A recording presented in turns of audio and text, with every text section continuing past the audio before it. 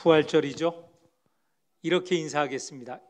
요 두 줄 두 줄. 그래서 여기서부터 먼저 예수 부활하셨습니다 하면 여기서 참으로 부활하셨습니다. 그렇게 하고 한 번은 또 바꾸어서 이렇게 인사하겠습니다. 제가 손짓을 하면 먼저 하시고 다음에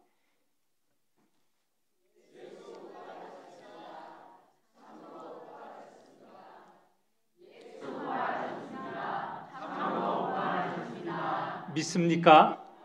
네. 오늘 예수께서 부활하신 날을 기념하여서 기억하여서 부활주일로 모이고 있습니다.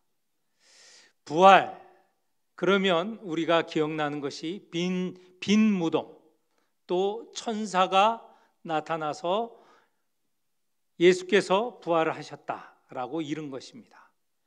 그런데 아직까지 그때는 예수님께서 부활하신 예수님께서 직접 제자들에게 나타나신 것은 아닙니다. 부활하신 예수께서 마리아에게 나타나셨고 엠마오로 가는 두 제자에게 나타나셨고 오늘 우리가 읽은 본 보면 11제자에게 나타나셨습니다. 그런데 예수님께서 제자들에게 부활을 확신케 하시기 위해서 먼저 제자들이 오감으로 부활하신 주님을 경험하게 하였습니다. 오감이라는 게 뭐죠? 보고, 듣고, 말하고, 냄새 맡고, 손으로 만져보는 것. 이걸 오감이라고 하지 않습니까? 오감은 우리가 경험할 때 가장 근본적인 경험의 방법이에요. 이 오감을 통해서 우리는 경험을 하게 된다는 것이죠. 부활하신 예수님을 우리가 오감으로 경험하게 하는 근거가 있습니다. 예수님께서 제자들에게, 11제자들에게, 의심하는 11제자들에게 오감으로 부활하신 당신을 드러내셨습니다. 36절에 보면 11제자에게 나타나실 때 제자들은 11제자들, 11사도들은 의심을 냈습니다. 부활하신 분이 드러나셨는데도 이거는 몸으로 부활하신 분이 아니라 영으로 오신 분이다. 영은 보이지도 않고 그렇죠. 뼈와 살이 없기 때문에 몸이 없기 때문에 보이지 않습니다. 예수님께서 부활하신 몸으로 그들에게 나타나셨는데도 그들은 믿을 수가 없어서 이게 영인가 보다 그렇게 의심했습니다. 그런 11사도 제자들에게 예수님께서 내가 부활하였다 라고 오감으로 지금 말씀하시고 드러내시는 것이죠. 첫 번째, 눈입니다. 눈. 36절에 예수께서 친히 그들 가운데 서서 제자들이 볼 수 있도록 했죠. 그리고 내 손과 발을 보고 나인 줄 알라. 발과 손을 특별히 강조하신 게 무엇입니까? 예수님께서 십자가에 달리실 때 발과 손이죠. 제가 거꾸로 얘기했습니다.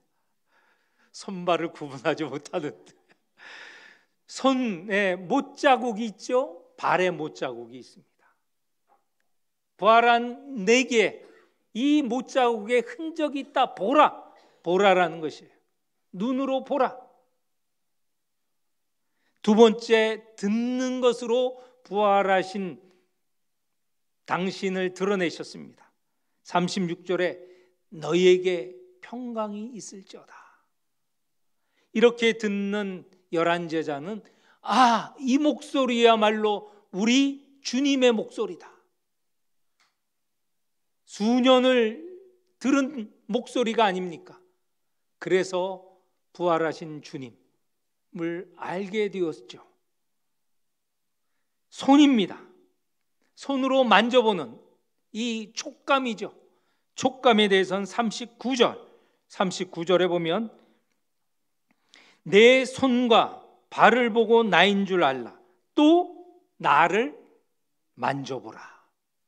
그래서 제자들 가운데는 이 못에 찔린 그 손, 그리고 허리에 찔린 창의 자국, 그것을 만져보지 않았습니까?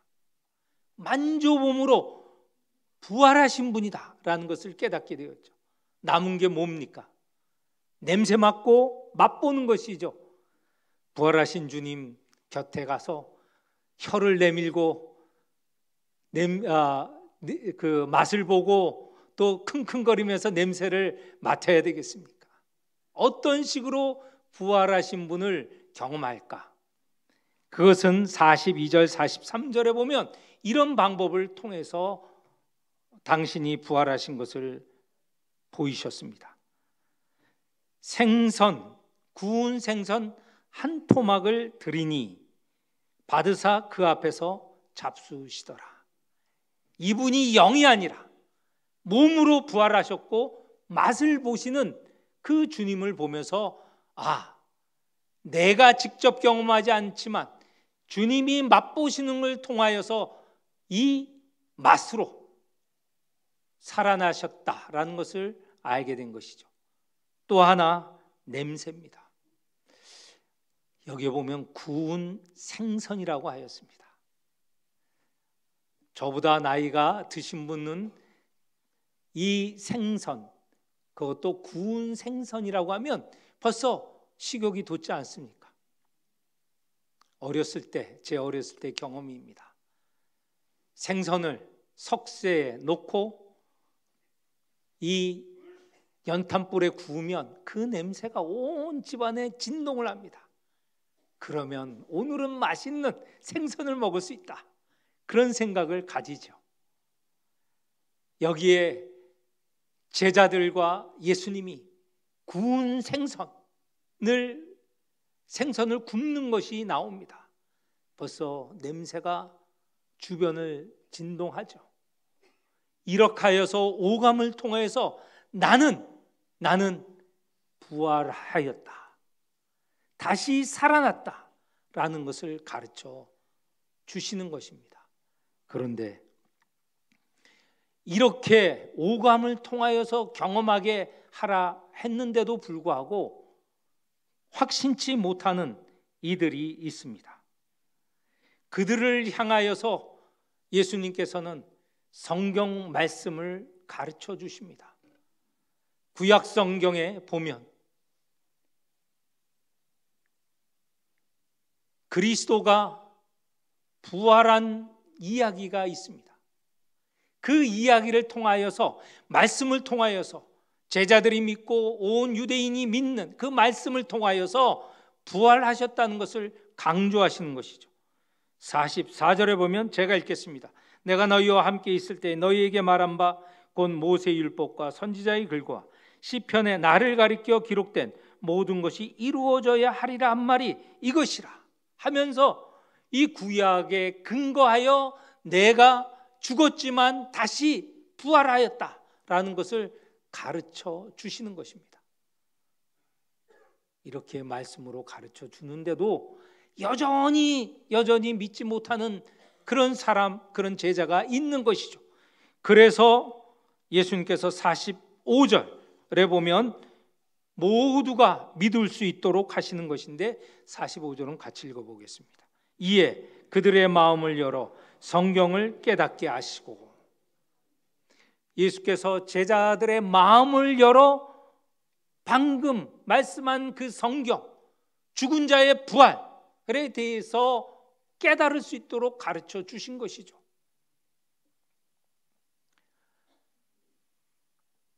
오늘 우리는 2000년 전 제자들이 경험한 것과 같은 경험을 할 수 없습니다. 우리도 오감을 통하여서 부활하신 예수님을 경험하고 싶지만 우리는 그렇지 못합니다. 그러면 어떻게 경험할 수 있을까? 오늘 45절 이 말씀입니다. 우리가 어떻게 부활을 믿게 되었습니까? 여러분, 오감을 통해서 믿게 되었습니까? 아니죠. 말씀을 통하여서, 말씀 안에 있는 예수 그리스도, 죽으셨지만 부활하신 그분의 역사로 인하여서 또 성령의 감동하심으로 인하여서 우리가 부활을 믿게 되지 않았습니까? 다 한번 우리 자신을 생각해 보십시오. 어떻게 하여 죽은 자의 부활을 믿게 되었는가? 말씀입니다. 말씀 안에 있는 예수 그리스도의 역사, 그리고 이후에 보겠지만 49절에 보면 내 아버지께서 약속하신 것, 성령입니다. 성령이 우리 마음을 주장하셔서 부활을 믿게 하신 것이죠. 오늘 부활절, 예수께서 부활하셨다라는 것을 믿는, 말씀을 통하여서 믿고 성령께서 우리 마음을 주장하셔서 믿게 된 이 사실을 깨닫는 시간이 되시기를 축원합니다. 자, 부활을 믿는 우리는 어떻게 하여야 할까요?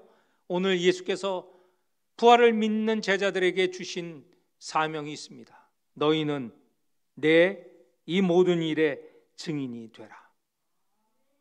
그 증인은 다름 아닌 예수께서 전하신 회개와 하나님 나라, 그것을 전하라는 것입니다. 더욱이나 49절을 통해서 보면 성령께서 너희와 함께 하시기 때문에 회개와 하나님 나라를 전하는 일을 감당할 수 있다 말씀하십니다. 오늘 이 말씀, 이 부활의 말씀이 이 자리에 있는 모든 분들, 또 SNS를 통해서 함께 예배에 참여하는 모든 분들 마음에 사로잡기를 축원합니다. 하나님 아버지, 부활절 우리에게 부활을 믿게 하시니 감사드립니다. 참 부활이 우리에게 복음임을 알며 이 복음을 세상에 전하기를 원합니다. 저희를 사용하여 주옵소서. 먼저 부활을 믿게 하시고 그 부활의 신앙을 가진 자로서 예수의 증인이 되는 사명 감당케 하여 주옵소서. 예수님 이름으로 기도합니다. 아멘.